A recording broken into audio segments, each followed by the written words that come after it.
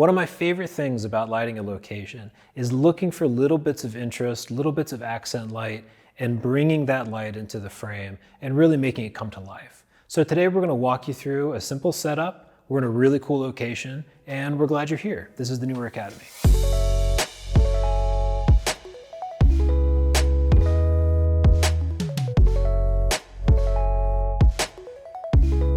All right, so here we are at Studebaker Metals in Braddock, Pennsylvania, and I'm here with Jake. Jake works here at Studebaker Metals. Jake's agreed to be our portrait subject tonight.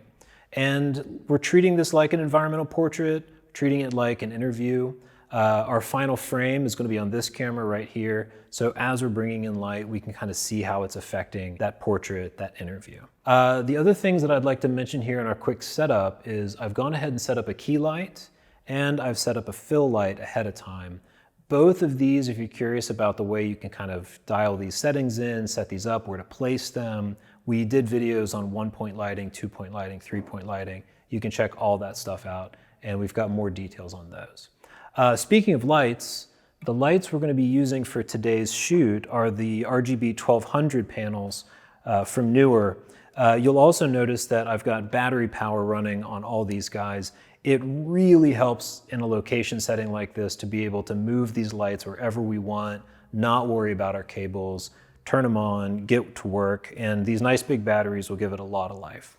So let's talk really quick about how we're going to approach our lighting in a location with this kind of color accent idea.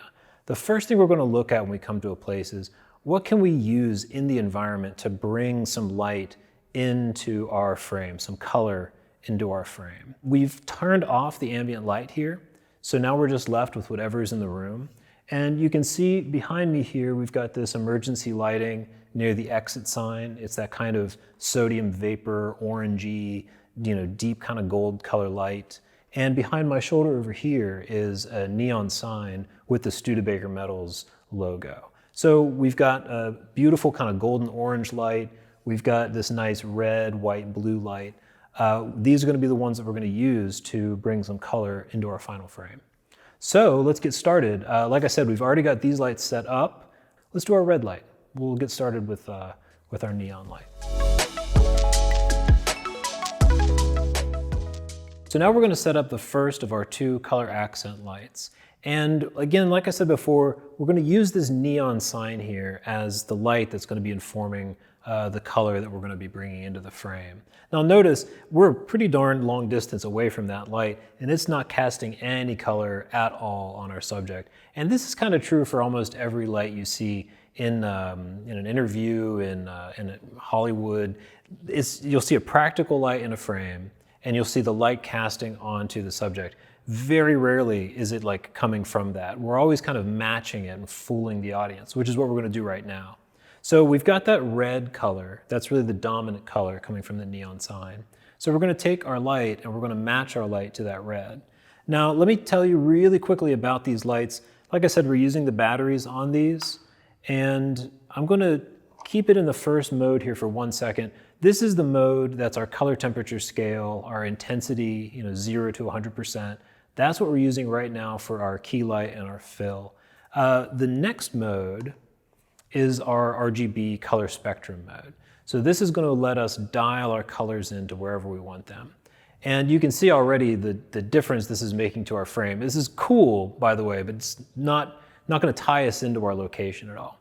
So let's start dialing our color, and let's see where we can get to make it more in line with the color in the room.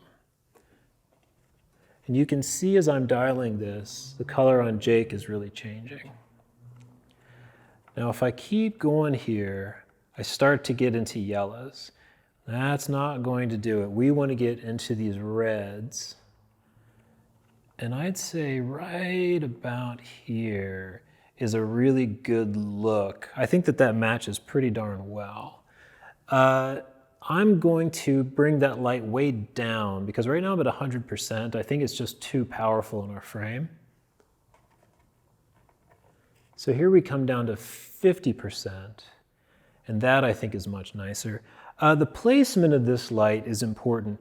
If we put it too far behind, we run the risk of getting into our final frame, obviously. If we put it too far in front, we start taking over the light from our fill and from our key. I kind of like it kind of just coming in here from the side and bringing some life there to the side of the face. You can see on the shoulder, but it's not going to completely take over. And again, it's going to tie it into our background. Let me flip this off, and then I'll go back on. And there you can see that little bit of color, well, not a little bit, quite a bit of color, linking those two things together in the frame. All right, so I like the look of that. The barn doors aren't really going to change too much on this light. We're not powered up so high that we're spilling onto other areas. We've kind of isolated this. I think it looks really good. So let's move over to our second color accent light, which is going to be bringing a little bit of this gold light in from our kind of emergency exit light in the back of the room. So the second color accent light we're going to use is going to be inspired by this yellow kind of emergency light here in the back of the room. Now it's very subtle in our final frame, but it is back there, just a little bit of golden light that's inside of those shadows. And bringing some of that into our main lights here is going to kind of amplify it and also just give us a little bit more character to our light. So let's fire this on and see what we get. Now, again, I'm in my first mode here. You can just see what a backlight does. I'm going to flip over to my color mode. Now we're green. That's not where we want to be. And it's also not really the position we want to be. I think I'm a little too far to the side, so I'm going to move this a little bit behind. I think like right there looks really good. The barn doors, I think, again, we just kind of want to isolate this. I do want to get it off of his shoulder as much as I can, so I'll bring that light up here. But again, the big problem here is it's green. So let's dial that away from green, and we'll start getting into our yellows right around here. Whoops, looks like I passed them. Now we're in our reds. So let's go right back up. Actually, right there, I think, is really nice. So this is sort of a golden, orangey yellow, which matches that light back there. Now, it is way too bright right now, because again, that's a subtle light. If you're making the light on your subject way brighter than the practical light that you're sort of emulating, it just looks off. So we're going to dial this way down. And as I go down, it's going to get more and more subtle. But I actually think it looks really nice right there. I'm going to turn this off and back on so you can see it's so subtle you probably don't even think we're doing anything. But there it is off. And here it is on. So it's just a little bit of pop on this side. I really think it's fun to play with. These lights give you so much creative freedom. I really hope that you get in there and try some of these different settings. They can really make portraits, interviews, any of that stuff really pop. So I really like this light. I think that now that it's set up, we're ready to shoot our interview, we're ready to take some portraits. This looks really good. This is our final frame.